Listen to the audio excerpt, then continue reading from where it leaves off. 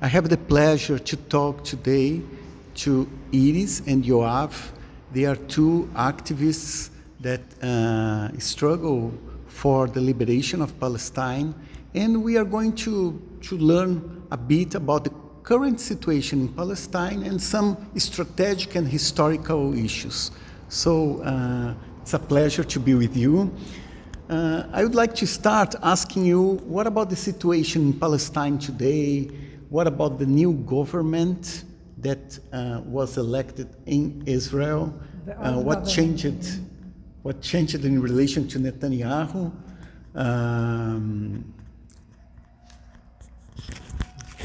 First of all, do you know that, I don't know if you noticed, but the new government is already collapsed and there is no government now, and we will have election on 2 of November. So I'm not sure even that this is the current situation in Palestine, the story of the government, so maybe you will speak with something more general about the current situations, and I will bring the details that I have in my. First of all, there is no basic change from the time of Netanyahu to the current government. All the racist policies continue, and even on a bigger stage, a bigger level, higher level. For example, now in the West Bank, the army is attacking Palestinian neighborhoods every night, and every night they enter homes and destroy the personal belongings of families and arrest people. And almost every day there are Palestinian martyrs falling in the fire of the Israeli soldiers. Anyway, and this government was for 1 year, and then it collapsed. The Netanyahu governments were for, I think, 19 years or 20 years. And what is, I think that what people over the world know, that this is the center-left government, while Netanyahu's government was a right-wing government. What we saw, I'm just was looking for this, that during this, how you say, and the period of rule the period of al-Mu'addal, the period of rule of this government, how you say al-Mu'addal? On average, there were twice as lot Palestinians killed, Palestinians in the West Bank and Gaza killed than the average of the Netanyahu governments. There were 39% more house demolitions in Jerusalem, in East Jerusalem, 59% more house demolition. The number of administrative detainees, I don't know if you know what is administrative detainees. Administrative detainees are people who are in prison, put in prison without charge, and without charges and without trial. They can be arrested for 6 months, and then after 6 months, their arrest can be renovated. So now we have 723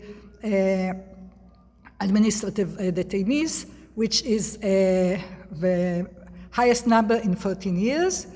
There is 62% more building in the settlements in the West Bank than the average during Netanyahu, 26% up more than the average of planning new settlements than in the time of Netanyahu, 45% more, violence of settlers against Palestinian civil population in the West Bank. There are much more ethnic cleansing and transfer of communities in Jordan Valley and in an area called Khomsa, that you know, like Rasatin and near El Khalil, an area that's called Masafir Yatta. There are much more settlers and fascists getting into Al-Aqsa Mosque, which is like the third most holy place for Muslims in the world, and there is a status quo, for example, for like since 67 that people will get in only with the guards of the mosque, which are, I think they were Jordanian state appointees with that. And there is also some weeks ago, this government attacked Gaza and bombed Gaza without without, like, out of the blue they attacked Gaza. And also this government outlawed 7 civil rights organizations in the West Bank. So what we can say that this the last government was very, very, very active and very, very hyperactive, and did a lot of harm and violence. What was interesting that there are even people that are going to demonstrations. For example, there is people from a party like Meretz, which is a Zionist party, which means that they believe in Jewish and white supremacy. But there are even people who are lawyers that defending, for example, people from the ISM, a lawyer like Gabilaski who was defending people from the ISM. And I personally was with her in demonstration. Like, she was in a demonstration I participate, and the person that until now is participating in demonstration like in Sheikh Jarrah against ethnic cleansing. So they are part of demonstrations at Friday and voting with apartheid and ethnic cleansing between Monday to Wednesday, whichever day the parliament votes. It's a very, very strange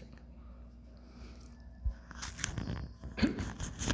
I think it proves about Zionism that there is no left and right in Zionism. All the Zionist parties are in full consensus about the racist policies against the Palestinian people. But this is like no new development in Palestine. If you speak about development in Palestine, we speak about development of the Palestinian struggle for liberation. And here we see a continuous trend for more grassroots organization, for more unity of struggle of Palestinians all over of Palestine and in the Palestinian diaspora. And today Palestinian young people are utilizing the internet in order to connect beyond the borders and beyond the walls that Israel is building. And they are struggling together in coordination in the West Bank, in the Gaza, and inside the Green Line, and also in coordination with activists in the refugee camps in Lebanon and Jordan and other places. So the real development is a development of the struggle that is continuing, and now in the last weeks in the West Bank, we see more and more that whenever the Israeli army is coming to arrest people and to demolish houses in the West Bank, more and more people come together from all the Palestinian organizations and confront the Israeli army with sometimes with stones and sometimes also with arms.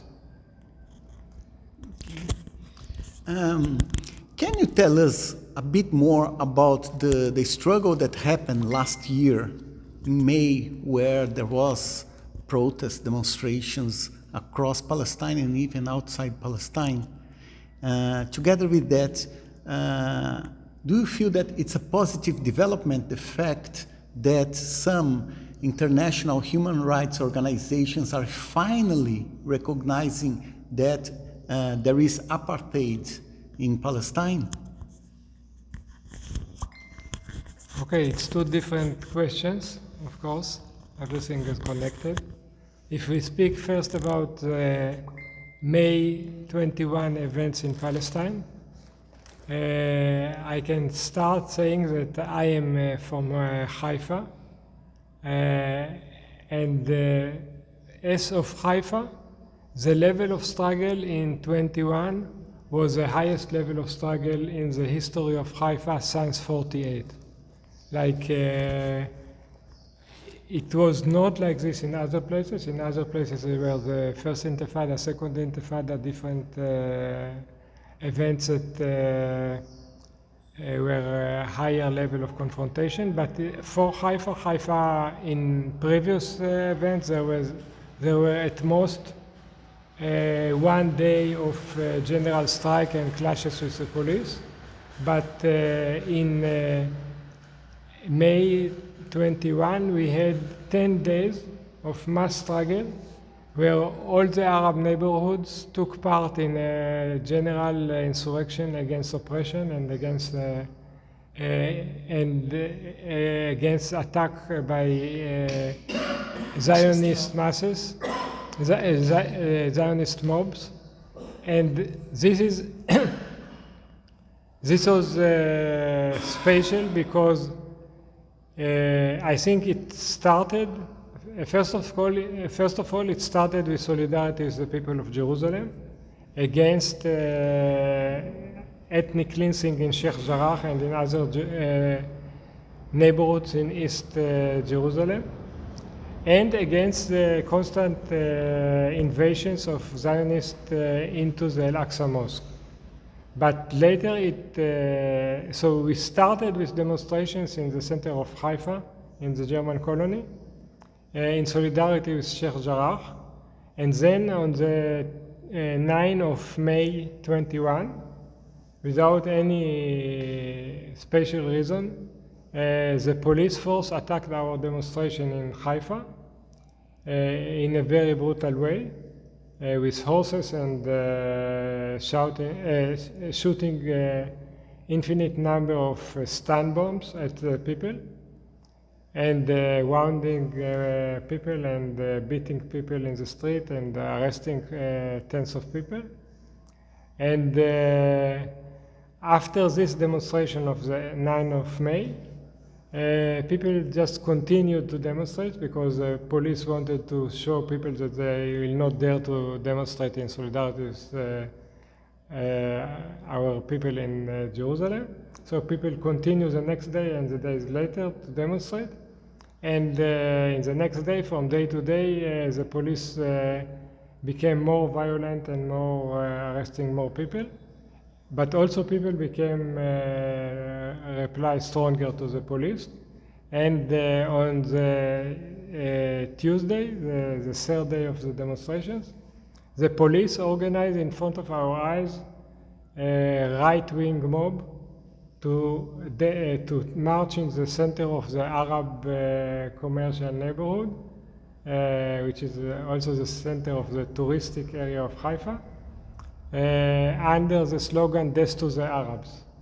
And after this march, or even during this march, they attack Arab people that were just found in the street.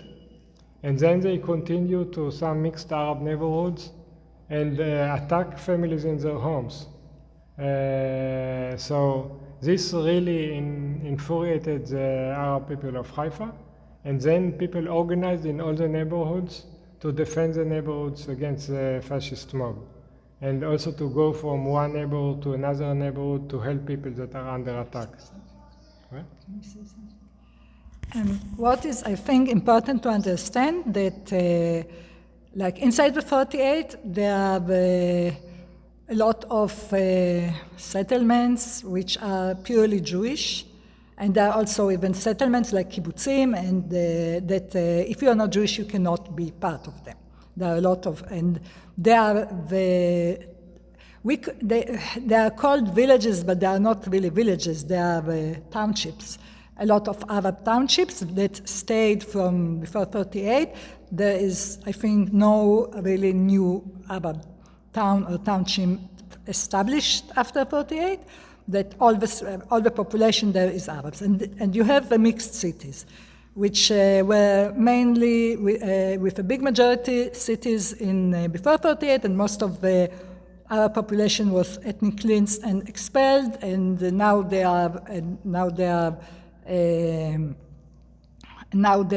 mixed with like until 30% Arab population in places like Akka and Ramle and the Lid, and Haifa, I don't know exactly because according to the voting, it's like 12%, but the truth is that there are a lot of people that are students and living there, but they didn't register there. So maybe it is 30% Arabs.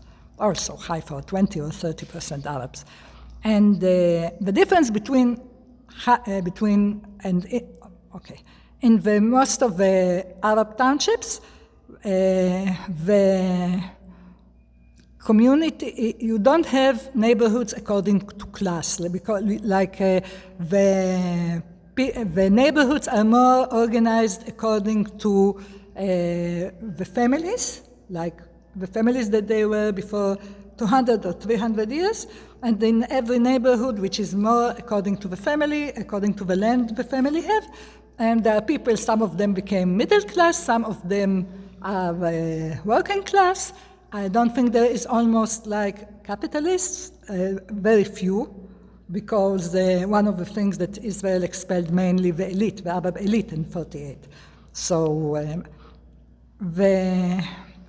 anyway, there is no like a middle class neighborhood or a poor neighborhood or something like this. Haifa, which is a city, is different. And Haifa, and at the time that most of the other mixed cities, almost most of the people are working class and not many people who are middle class and upper middle class. Haifa is different. Haifa is also the center of all the 2 million Arabs that are citizens of Israel. The Palestinians, they are citizens of Israel. And there is a lot of middle class, including upper middle class, and there are different neighborhoods. For example, you have neighborhoods that are middle class and middle class and upper middle class, neighborhoods who are middle class, and neighborhoods who are working class, and poor people who are even not working class. I think you understand what I don't know the definition in English. And one of the things that's happening, because it's like a modern city in a lot of modern city in the world, there is a big gap between people from the different classes, and especially the students that come to study in Haifa, and a lot of times there are people from, these townships around, but from the middle class of the townships around, in a way that I think a lot of people from the middle class and upper middle class, they're not talking with the working, they're almost not talking, there are almost no connections with the working class and the poor class population. For example, we both are living in one of the poorest neighborhood, which is called Halisa, and when our children, we sent them to a good school, so the parents of their friends, they didn't let them to go to our house, because they are not letting the children to go to this neighborhood, for example. There are a lot of people in Haifa, they never go in the neighborhood. And when the fascist mob attacked the Arab neighborhoods of Haifa, they didn't go to the poor neighborhoods. There were some people that tracked what fascists were talking about between them, like the WhatsApp of the fascists. And then they wrote, we cannot go to the poor neighborhood. The poor neighborhood, everybody have weapons. Okay, it's not true that everybody, some people have, but people have weapons. If we will go to the poor neighborhoods, where the people of the neighborhoods will beat us and they will finish us, let's go to the more upper-class neighborhoods. Upper-class neighborhoods are also mixed, more like not pure Arab neighborhood, but it's like maybe half-half, or 30% Arab and 70% Jews. Our neighborhood, for example, it is 86% Arab, and the Jews are the most poor people, like mainly black. Also, for example, in our neighborhood, which is the poor neighborhood. And then what happened is that when the fascists were, that after the first day, the Tuesday, as Yoav said, the fascists attacked people went from the touristic center to the middle-class neighborhoods, and attacked some random Arab families according to the name on the door. And the second day, a lot of young people from the poor neighborhoods, they decided that they will go to defend their upper class, middle class brothers, and they went to these neighborhoods to defend the people. At Wednesday, it was also the first day of the holiday of Eid al-Fitr, and we had in our neighborhood a demonstration, so it was like a small demonstration. We go out of the mosque. When we get down to the main street, we saw that somebody put on fire 2 police cars, so we just dispersed to the house because we were afraid police will come and we don't know what. But police were busy in other places, that's what it seemed. And then in the night, like we were sitting on the roof, and in the night we saw the young people from the neighborhood coming back and feeling victorious after they defended from the fascists the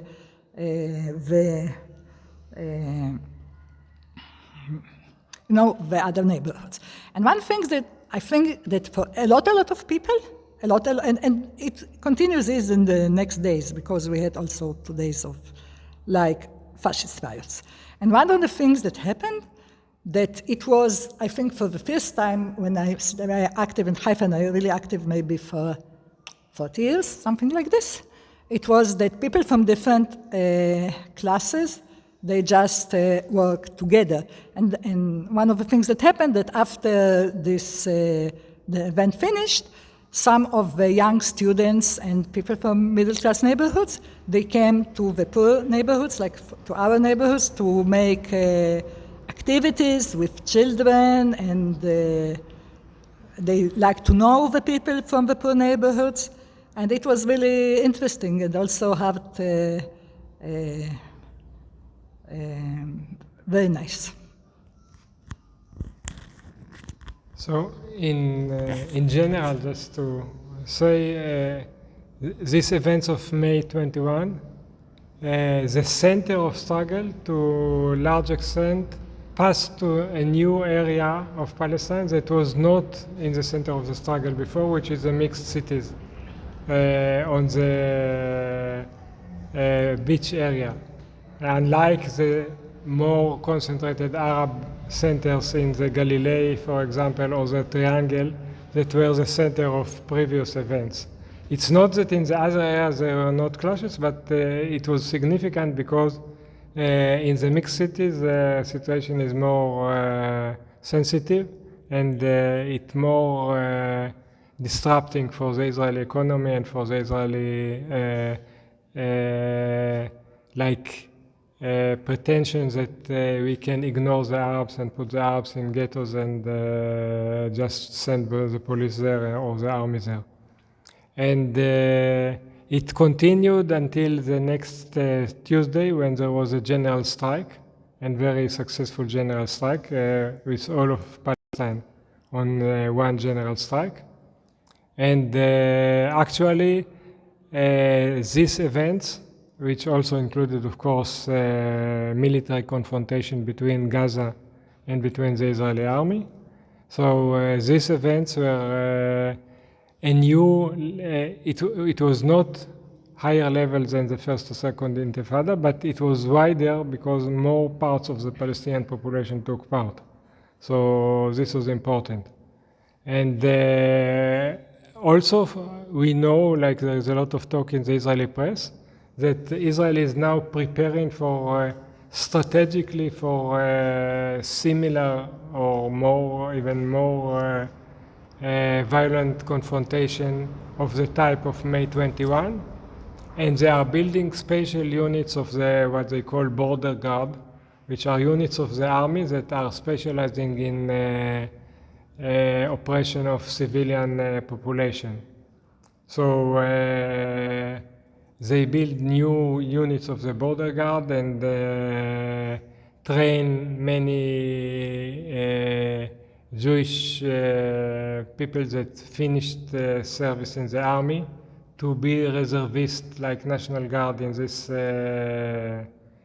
special units, in order to be able to, if they expect that the army will be occupied by military confrontation on the borders, then they won't special units to be deployed everywhere to oppress the civilian population. So this is now, it's not only local events, but it's part of the strategic equation of future confrontations between Israel and the Palestinian people.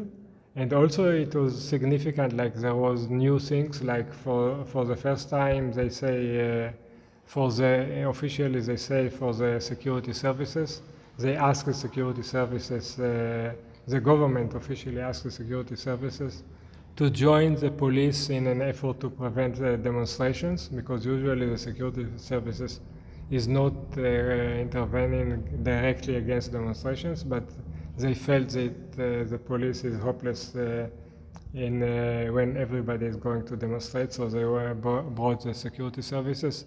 And we felt it when they started to follow our WhatsApp groups, and some people, we noticed that if somebody like proposed to go to a demonstration in the WhatsApp group, it was enough for the security service to come to him at home and arrest him just because he proposed in some WhatsApp group to go to a demonstration. They released them the second day, but after like the proposed demonstration. So, and also it was even written in all the Israeli papers that the force of the mobilization of the Palestinians inside the Green Line, inside the 48 occupied territories, was a major reason why they limited the military attack on Gaza. So this time we had a real effect to our demonstrations, not only on the local level, but also on the strategic level. This is about May 21. And another thing about that this week exactly, now we read on the Facebook that they arrested some people because you had these fascists and Palestinian youth clashing in the streets. But in Haifa, for example, they tried like 12 Arab youth to year and a half until 8 years. It was mainly for beating fascists. But the fascists were not caught. It's not that they tried them to last year. They didn't try them. They say they couldn't exactly to know who exactly was the people attacking. So it is in all the country like this. In all the country there were a confrontation between fascists and Palestinian youth, which are all citizens of Israel, and the Palestinian youth were going to prison for between like some months to 10 years, and the Jewish fascists I think most of them are not going to prison. Some went because there were some people that went, but it was mainly because there was like videos identifying them exactly. So they even couldn't say, we don't know who did it. But in every place they could say, we don't know who did it. They just didn't arrest them and didn't try them. Also, it is significant that for Palestinians that were caught in the confrontation, they try them according to special law that is a law against terrorism. Because whatever Palestinian is resisting the police or resisting the fascists, they regard him to be a terrorist. For the Jews that were, the very few Jews that were caught in the confrontation and like directly participated in, not in police cameras, because if it was only police cameras, they'll not do anything. But if they were on TV, for example, prime time TV attacking Arabs, then some of them were sentenced, but not according to the same law, because they say there is nothing ideological about what they did. It is only like the same law they use for them, the law that is on like private violence attack. So, and according to the Israeli law and the practice of this court, like you get much less if you just kill somebody because you don't like him, you get much less than if you kill him for ideological reasons. So, and like this is the legal explanation or mechanism that allows the Jewish fascists, even if they are caught on prime TV lynching Arabs, then they'll get much less of a sentence. And also, for example, there are people in prison for writing on Facebook and on WhatsApp and things like this, but 99% of them are Arabs, and Jews can write whatever they like, and mainly nobody is doing them nothing. And you have to understand that we are living in a country that there is a football team, it's called Beitar Jerusalem, that are chanting every game. Death to the Arabs, one of the club slogans. I think something like this cannot happen in Brazil. I think no. And not in any normal country or half normal country anyway. And what about this, what happened with these major human rights organizations that finally they recognize that there is apartheid in Israel? Why they took so long to understand that that's the reality, and what's the importance of this recognition? First of all, we have to see that there is a big lie that is used by many people all over the world, which is a main defense of Zionism. This is to try to differentiate between the occupation of 48 and the occupation of 67. As if the occupation for 48 was something legitimate, and the occupation of 67 is something that is controversial. And the only big difference, except for the different dates of the two occupations, is that in 48 the Zionists succeeded to expel most of the population of the occupied territories, and like before, because they succeeded to expel or perform the crime of ethnic cleansing, they could claim somehow that this is legitimate because there is a Jewish majority, so this is a democratic country because it is ruled by with elections and parliament through where the Jewish majority is deciding the government and whatever happens. But this is completely false because it is completely ignoring the fact that this majority was achieved by ethnic cleansing. So if, according to this logic, if they will expel most of the people from the West Bank, it will become also a legitimate occupation. So, but this kind of lie is still now commonly accepted by most of the international community, most of the states, even many socialist states and many socialist organizations all over the world accept the legitimacy of Israel in the borders of the 48 occupation, and say, okay, so we have a problem, not a problem of the very nature of the state of Israel, but a problem of the dispute about the future of the West Bank and Gaza. And then this problem is under negotiation, so this is a temporary situation, and we shouldn't take, until it will be solved, we can understand that there are temporary measures, like as if the occupation is a temporary measure. Now this is all this illusion that comes under the big lie of the two-state solution is eroded by reality. First of all, it was never real, but it is eroded by reality. And if you check what happens on the ground, the same policies are applied by Israel on both sides of the Green Line, both in the 48 and the 67 occupation. Everywhere there is discrimination, everywhere there is still ethnic cleansing, ongoing ethnic cleansing. It's not something that is happened and now we should live with results.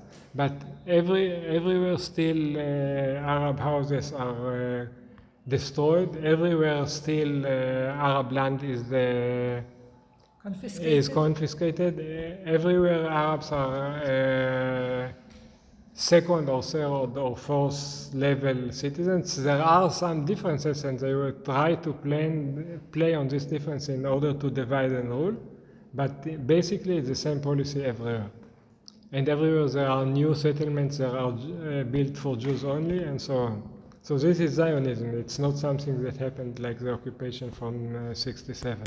I think that what we have to understand, and what is very important to understand, that Israel is like, I don't know, like your countries were in the 19th century, in the beginning of 19th century, when people thought that it can be a republic where only white men can vote, for example. It's a republic, only white men can vote, and you have slaves. But it's a republic because you don't have a king or something like this.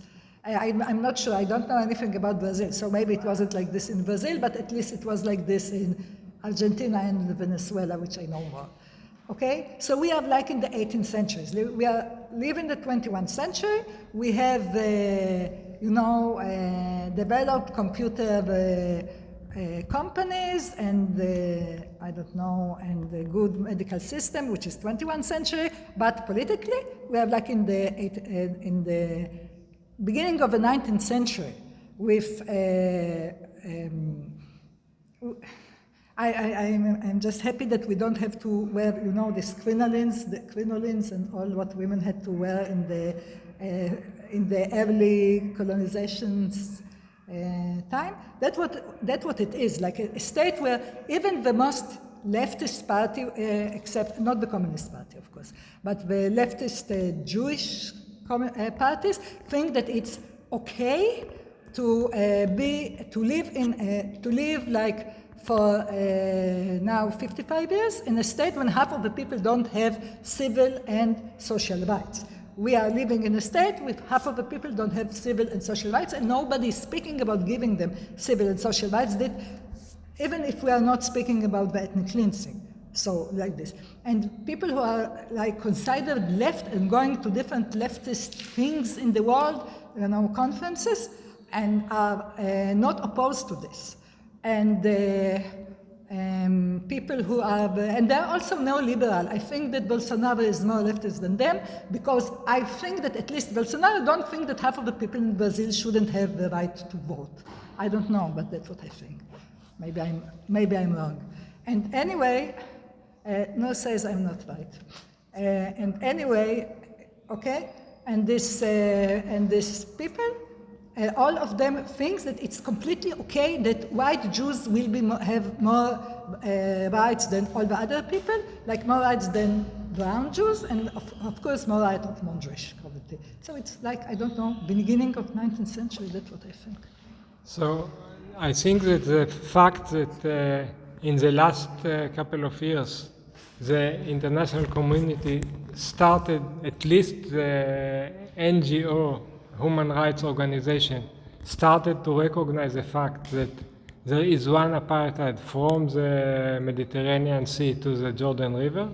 I think it is a big strategic victory for the Palestinian struggle. It goes back to the days when the United Nations defined Zionism as racism, and after this the United Nations, under pressure from the imperialist power, retreated on this declaration, and now it is actually in a different way. It is renewing, like not officially as the United Nations, but at least on the wide circles of political parties and human rights organizations. It is recognized again that Zionism is basically a racist movement and is performing racist policies all around, not only in special places and special times. And this opens the way again for proposing the solution of one democratic state, like abolish apartheid from the very root of it, and all the institutions that hold the apartheid and perform all these crimes. And I think also one thing, that when you are looking at the statistics of Israel, they are even less white than the statistics in other countries, because we are like 16 million people living under the same government, and when you are speaking with the statistics, it's a statistic of for 9 million people out of the 16 million people, because the 7 million or 6 million that don't have, that are living all their lives, and the indigenous population are living all their life under this government, but they are not citizens and not residents. They are not into the statistics. So, according to the statistics, we are a country that with average salary of 12,000 shekel a month, which is like $4,000, something like this. But we have also 6 million people which have an average salary of like 1,500, when the average salary is 2,000 shekel, which is like $500? $600. But the 6 million people are not getting into the statistics. We have 9 million people that have healthcare for all, and 6 million people who don't have healthcare at all, who don't have healthcare, like they have to buy it, I don't know, from providers, but they are not in the statistics. And we have a rate of children that die when they are small that also not include the 6 million people, so we have a very, very first world rate because it not include the 6 million people with a poor third world rate.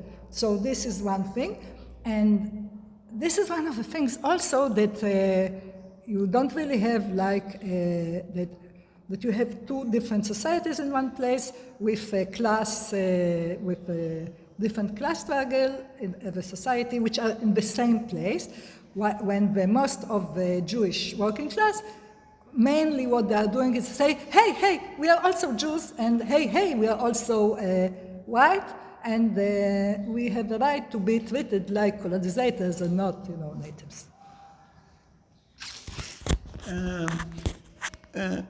You mentioned this very strategic issue of what should the real left wing fight for in terms of future.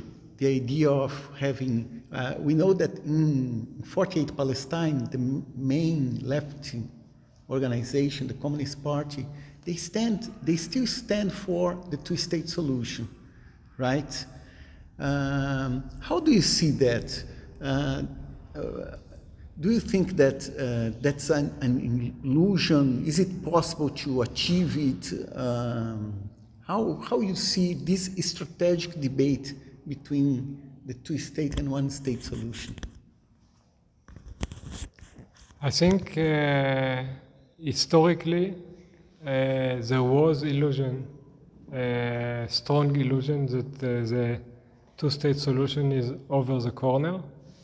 And when the Oslo Agreement was made, people believed, first of all, the leadership of the PLO believed that Israel is really interested to make some kind of peace and is ready to give some form of Palestinian independence in the West Bank and Gaza. But this proved very fast to be an illusion, because Israel didn't stop settlements even for one day, and all this process of ethnic cleansing is ongoing, and all the time, like all the settlements, all the attacks on Palestinians, they are part of a big problem of ethnic cleansing. And I think the Palestinians today, they don't have much illusion in any solution that might be achieved with the State of Israel. And I think that now it is clear that the question is much deeper. It's the nature of the State of Israel that is aggressive and anti-Palestinian and exclusive for Jewish settlement or colonization.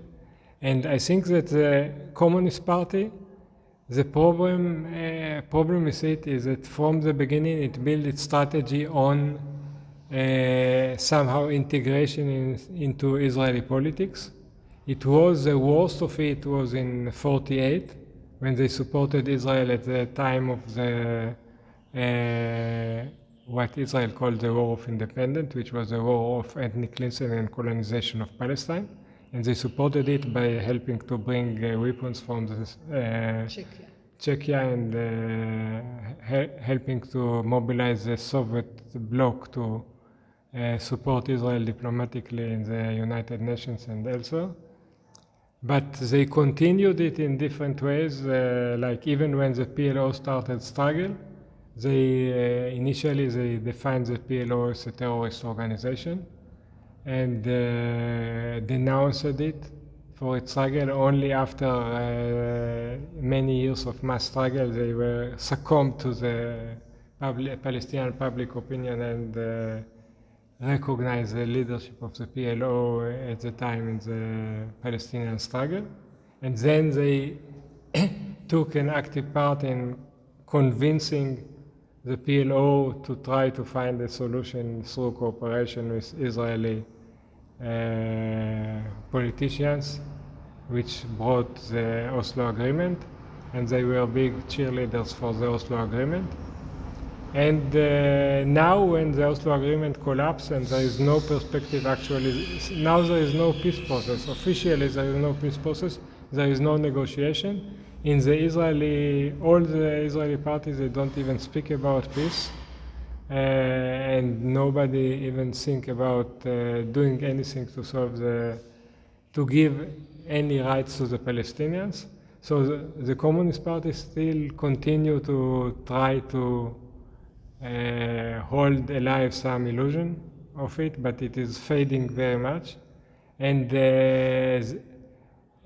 they expose themselves in very shameful way.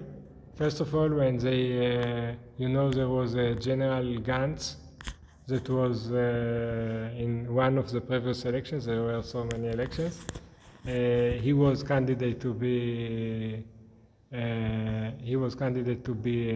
prime minister, and they recommended him to be a prime minister. After all, his campaign was based on how many Arabs he killed. Not that he will say that he's going to make peace. Not only that he didn't say that he was going to make peace, he boasted that he killed so many Arabs. This was his election campaign. And they recommended him to be prime minister. He later preferred, he is so brave that he was afraid to be prime minister with the support of Arab parties. So he preferred to be second in command to Netanyahu and not to be prime minister. But this is not their fault because they tried to support him. And then also in the last government, their position was flexible toward this government, even though the government was all its policies were very negative, but they still kept aligned with this new government and tried to partially support it here and there. So now it is clear, if you want to play Israeli politics, then there is no other game in Israel, only playing within the framework of apartheid. But for the traditional Arab parties, to cut the links with Israeli politics, it means to boycott the Israeli elections and to boycott the Knesset. But the problem is that the traditional Arab parties that are in the Knesset, they get most of their budget from participating in the Knesset. They get a lot of money for participating in Knesset, and this is actually today the base of the activity of the parties. So these parties, they cannot make the leap forward to cut the link with Zionism and to call for one democratic state in Palestine. But as of the masses today, most of the Arab Palestinians, even the Palestinians that have the right to vote in the state of Israel, they are completely disillusioned with Israeli politics, and the majority is now not taking part in the Knesset elections. So there is a gap between the position of the masses and the position of the traditional parties. So you cannot say it is the majority parties now, because the majority of the masses are somewhere else. We have seen them in May 21, and we see them in the previous election and the next election. Everybody expects even higher % of boycott of the Knesset. Now that we are 6 weeks before the election, and so many like left-wing Zionists are starting to cry and to say, if Netanyahu will be there, it's the fault of the Arabs that are not voting, like if the Arabs are the maid that have to come and clean their house or something like this. They are not trying to do anything, like they know that they cannot win it by themselves, but so they need somebody to go and work for them and get like without being paid. So it's terrible. Very good. Let me raise another strategic issue. Ghassan Kanafani wrote that the main enemies of the Palestinian cause is the Zionist state and imperialism, the regimes of the neighboring Arab countries, and the Palestinian elite. But what I want to ask you is, who are the allies of the Palestinians in their struggle for liberation?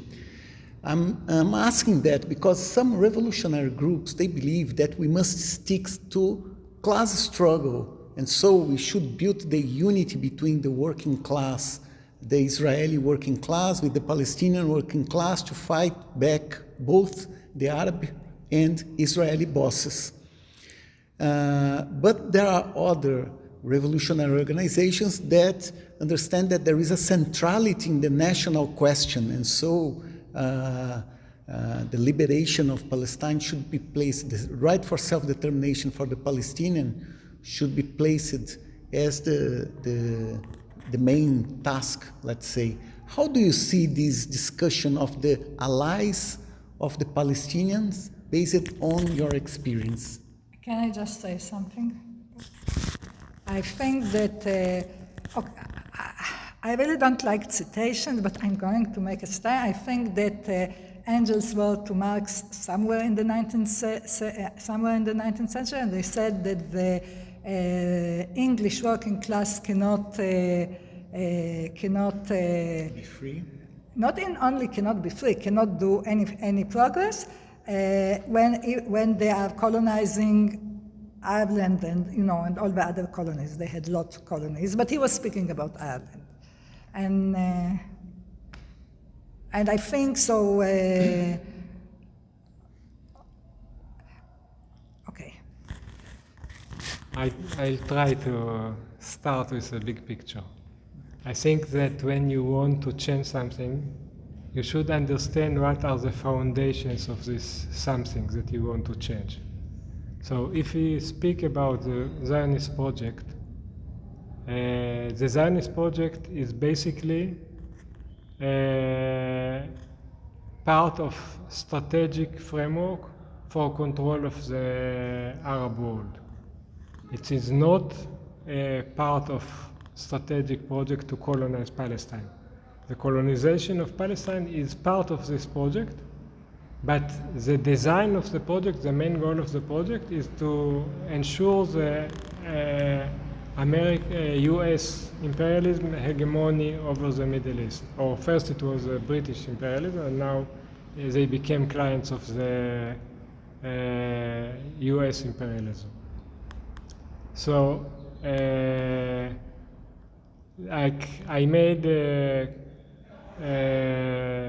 we speak a lot about the commonality between South Africa and Israel, but there is one very big difference.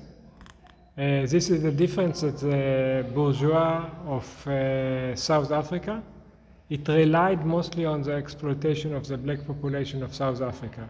So if the black population of South Africa organized, let's say, in trade unions and made a general strike, then the business of the local white bourgeois was paralyzed and they couldn't work without some form of agreement with the local black population.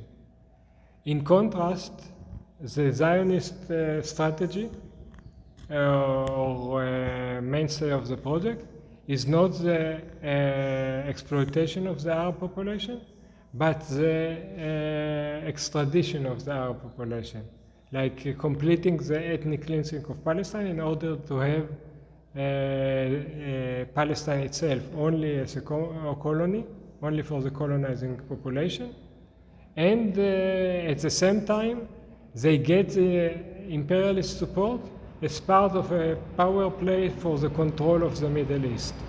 So the reason that the United States support Israel is not in order to suppress the Palestinians.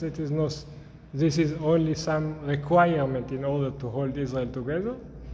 But the big reason is to suppress any possibility of independence and development of the Arab region, which include more than 300 million people. So till now they succeeded. And one of the reasons why the Arab countries are politically the most retarded countries in the world, where there is dictatorship everywhere, is because the framework of control of imperialism, because of two reasons. One because of Zionism, and the other one because all the oil there. They don't let the freedom of maneuver for some rights to the people and some concessions and some democracy here and there. They need the total dictatorship in order to hold these two pillars of power, the Zionist control of Palestine and the oil companies' control of the oil, so that local people will not have any influence on these developments. So actually, if we look that we are part of a system, that the economic logics of this system are not the economics between the inside Palestine, but they are the economics of the region, then of course, if we are Marxist and we make an analysis and we see how the enemy is organizing and for what he's based itself on, then the poor people that are victims of this regime, they are the 300 million, or maybe today it's 400 million Arab people, and Kurdish people, and whatever there is also in this region, that are victims of this method of control. So as long as this system stands, then the Palestinians are the ultimate victim, because the military base, which is Israel, was built on their land. So they cannot move at all. They are under direct military occupation. All the others are under different kinds of dictatorship and oppressive regimes. But because of this, the only kind of movement that can really change is a regional movement that will topple the reactionary regimes and will establish democracy and socialism in the Middle East. So, but of course, this movement is basically should unite the great majority of the people of the area, including the Arab masses and including other people that live in the same area. And at this time, the solution of the question of Zionism will be part of the solution.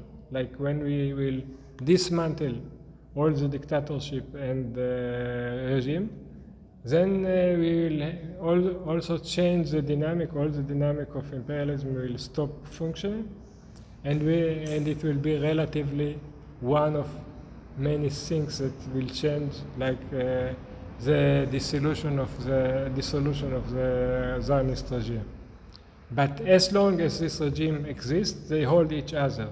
Like we have seen, for example, in Lebanon, when there was revolution in Lebanon, first Israel intervened, and when Israel couldn't intervene enough, then Syria came and oppressed the revolution in Lebanon. We have seen the same thing in Jordan, when there was revolution in Jordan in 70. Then there were, in this case, Israel and Syria, there were maneuvers, and in the end, the regime succeeded to oppress people. And the same goes everywhere. Like when there is a revolution in Yemen, then Saudi Arabia, with all the allies of imperialism, are attacking the revolution in Yemen. So we are, actually it is all one region, very much connected, unlike other regions, even more than Latin America. It's have less, the division of the Middle East have less historical ground, and the possibility for united revolutionary movement all over the Arab world is immediate, and it's not something theoretical, and we have seen it from 2011. It started one of the biggest revolutions in the history of the world, and in many ways it is still continuing. So it's not something theoretical or dreams that I speak about. It is a live struggle with tens of millions of people taking part every wave of struggle. So these are the natural allies of the Palestinian revolution, and all the time the Palestinian left was considering itself as part of the Arab revolution, Arab socialist revolution. And as of the Jewish population, as long as Zionism is successful in creating relatively viable conditions for the local immigrant population, they set the laws of the rules of the game in a way that if you want your rights, you should be anti-Palestinian and you get many rights. You go to the army, you get many rights.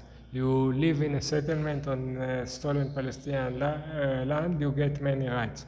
So if you look at the daily interest of most of the Jewish population, they succumb to the logic, to the rules of the game. They want, like all people everywhere, they want to improve their conditions of living, and the poor people, they look for how they can improve their lot, and in the current situation, to go with the Palestinians against the Israeli regime is very dangerous for them.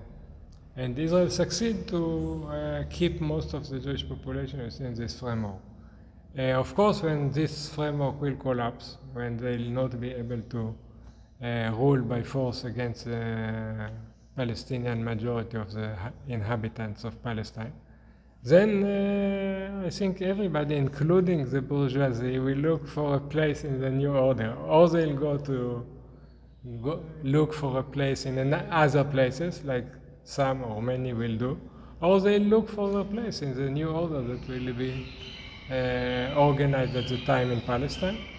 When we suggest actually the one democratic state, we try already to build the framework for a solution in a positive way that will absorb everybody that is wishing to live in Palestine outside the framework of colonialism and apartheid.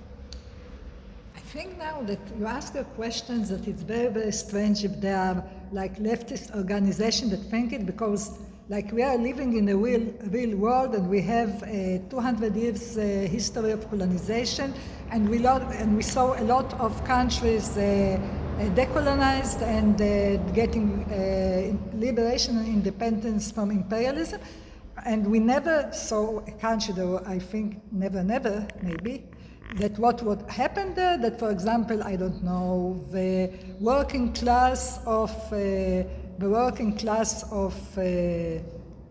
I don't know where, and the working class of the imperialist country working together,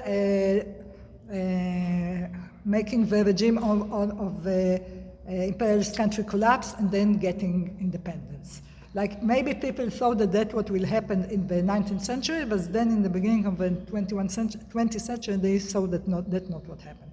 So we have a history of decolonization of the world that happened in one way, and why exactly in Palestine it should happen in a different way, it's really very strange. Yeah. And I think it's very wrong. Two last questions. Can you tell us about the situation of women in Palestine, about women's rights? Okay, like I think it's very long and I really don't. Okay, like you have, as I said, the 16 million people, 6 million people, they do not have civil and social rights, men and women.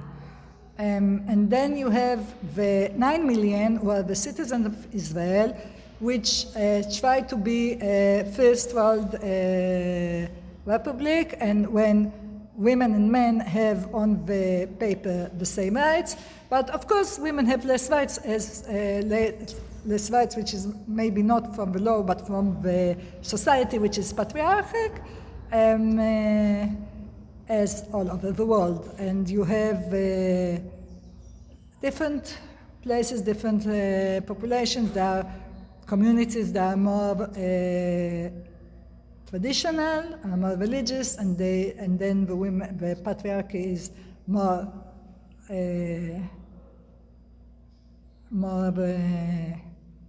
strong, and there are the people in the cities where the society is less traditional, so women have more. But it's not exactly rights, it's not like political rights. It's like what it will be okay if I will do and my father and brother will not be angry, okay? It's more like this. So it's different from city and village, and it's different from different communities. It's not exactly like the Jews and Arabs, because Jews came from a lot of places, so places that were less traditional or more traditional, and it's mainly according to that.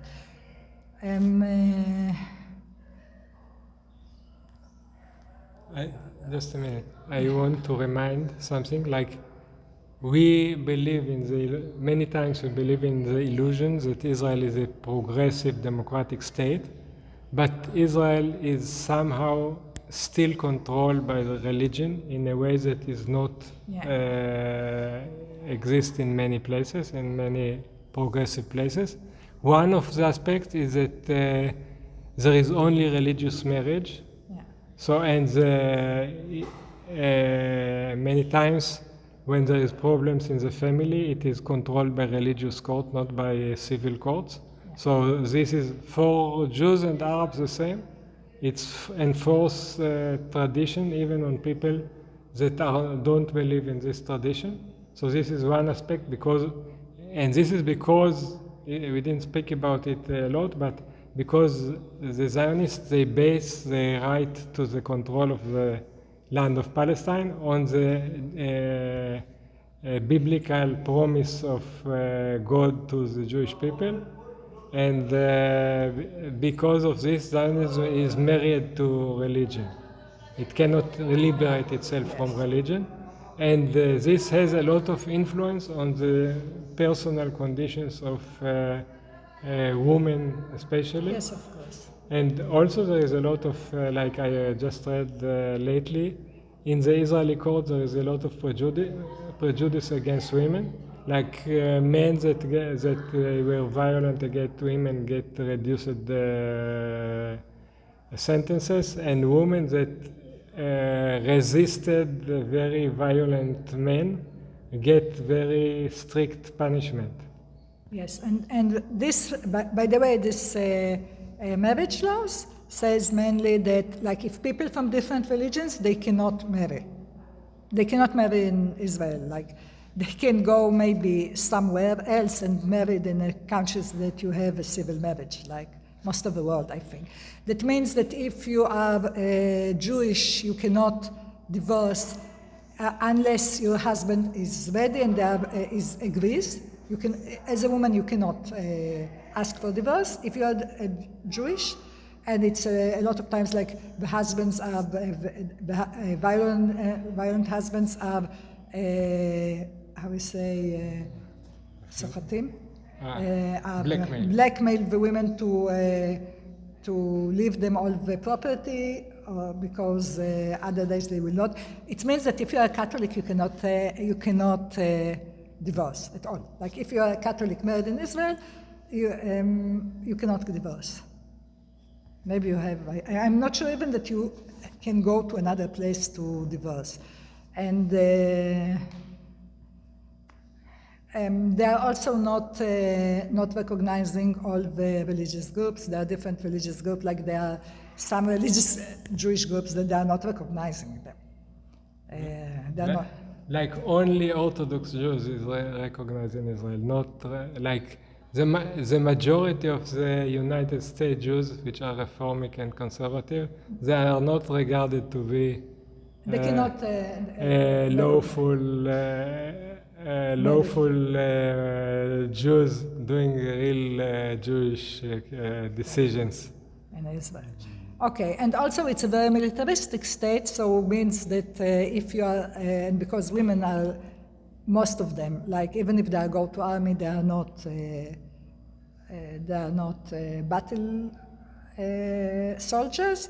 So it seems like they understand less, or they have less what to say in the election. I remember there was an election, and I was trying to convince people to boycott, and then someone came to me and said, I was a commander in Lebanon, that he was in the army, and I said, no, he wasn't in the army.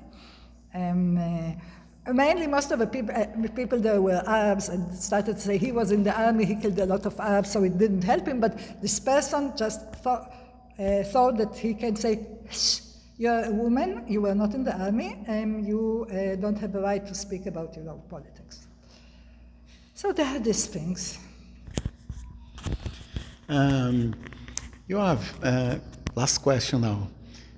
About the radicals in 48 Palestine, there is this famous organization that was a small but influential organization, Matzpen, and all this radical tradition, the Trotskyists and others. Can you tell us something about them? How was their history, their contribution for this struggle, or the limits, whatever you think it's good to tell about them? I think there was a left tendency in Palestine before 48, led by Jabran Nicola, who was a Trotskyist theoretician and leader. And when the Communist Party supported the division of Palestine and supported the State of Israel, they were against this position. And so they had important position for the left to say that not all the left is supporting or going after the Soviet Union to support Zionism at the time. And later, because the support of the Soviet bloc to the State of Israel discredited the left, not only in Palestine, but it had a lot of effect to discredit the left in all of the Arab world. Because this is incredible how socialism can be compatible with support of colonialism and ethnic cleansing.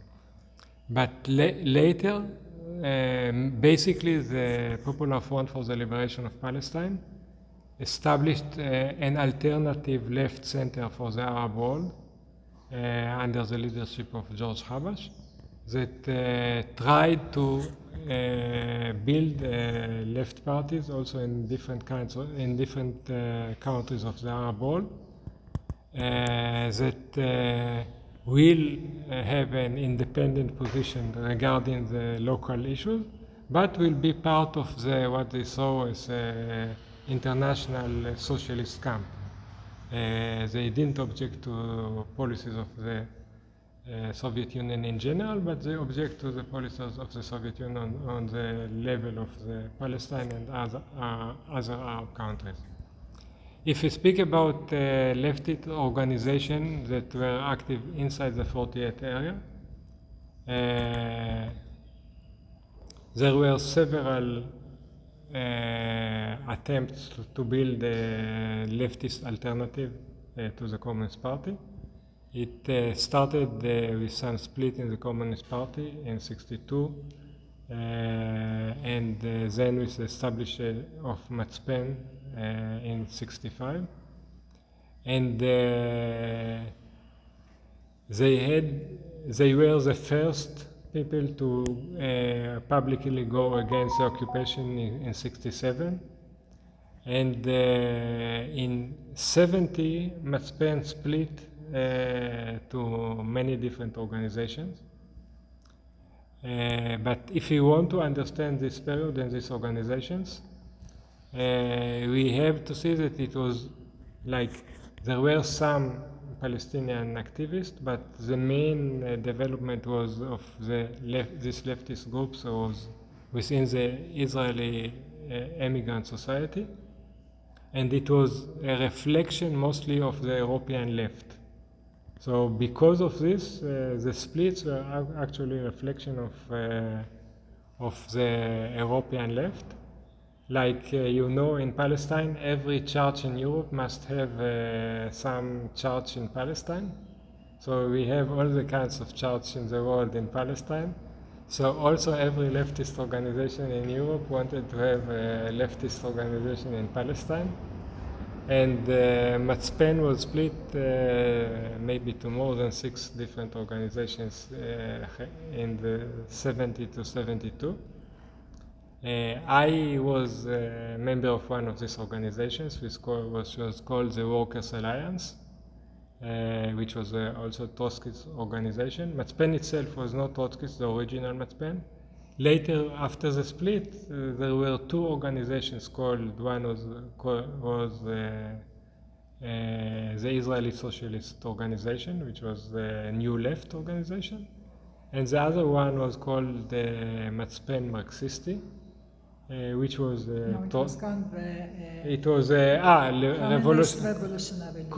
Communist Revolutionary League, but it was they have a publication called the Matzpen Marxisti, and it was Trotskyist also, a different tendency, international Trotskyist tendency.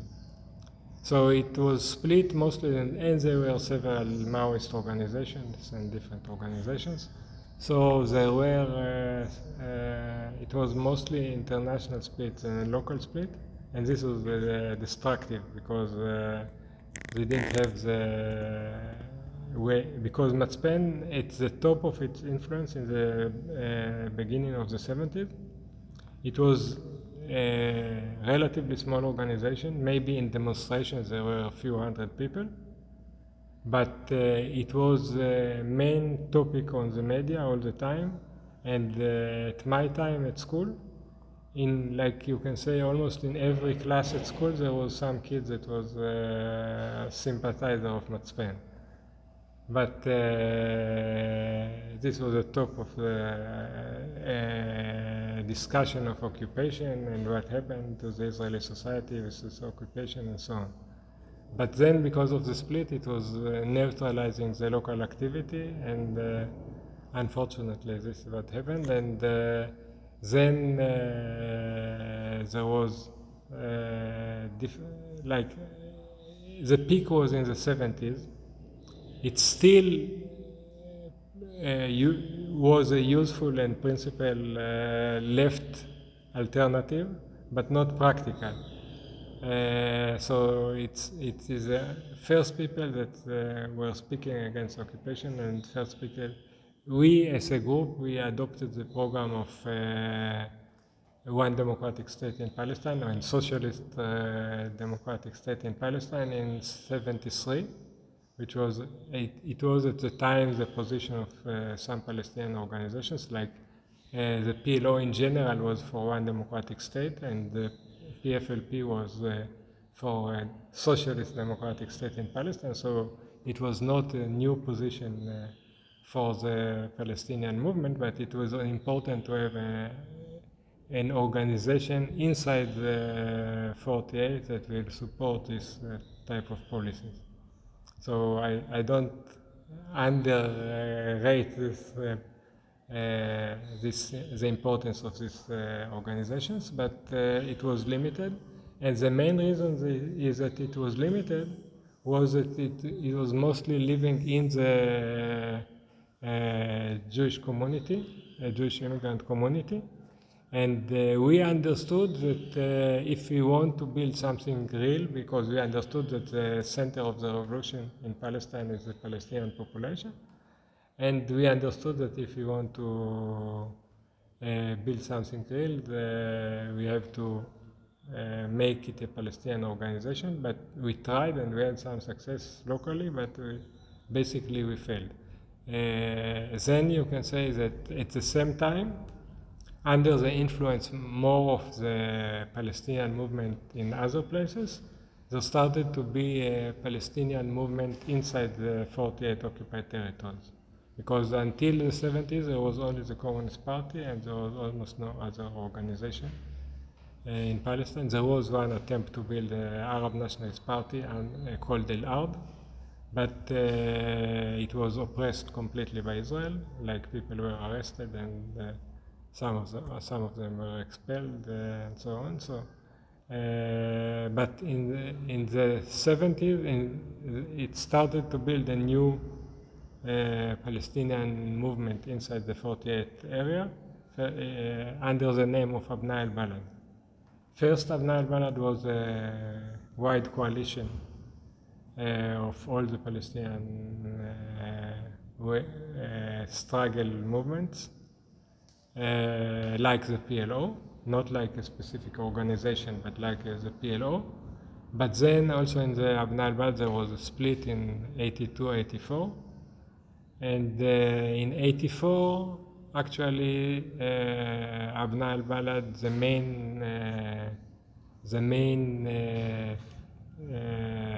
body of Abna al-Balad, adopted a socialist ideology, and it became a radical leftist organization that is rooted in the Palestinian organization. Population. So in 84, Iris and me joined Abna al-Balad, and since then we made all our effort to build the socialist alternative through the building of Abna al-Balad. Wonderful. If you want to, I finish my questions. If you want to say something end for us to end our interview, it's open for you. Okay. I must say something to the Brazilian people, because we know a little bit about the history of Brazil. We know that the same questions of imperialism and struggle against racism and many questions are common, even if the history is different and the conditions are different. But in the end, it is one struggle. And I think that solidarity with Palestine became a symbol of the struggle against imperialism everywhere. And we know that we are doing too little to be in solidarity with the people of Brazil and the people in other places, but we know and feel and trust that we are all one. We are all one struggle for socialism and human future free of climate change and free of exploitation. And we hope that in some next visit, we will be free people here and there and celebrate humanity as one. Yes, we hope so. We fight for that. Look, I would like to thank you very much for all the time you deliver this interview.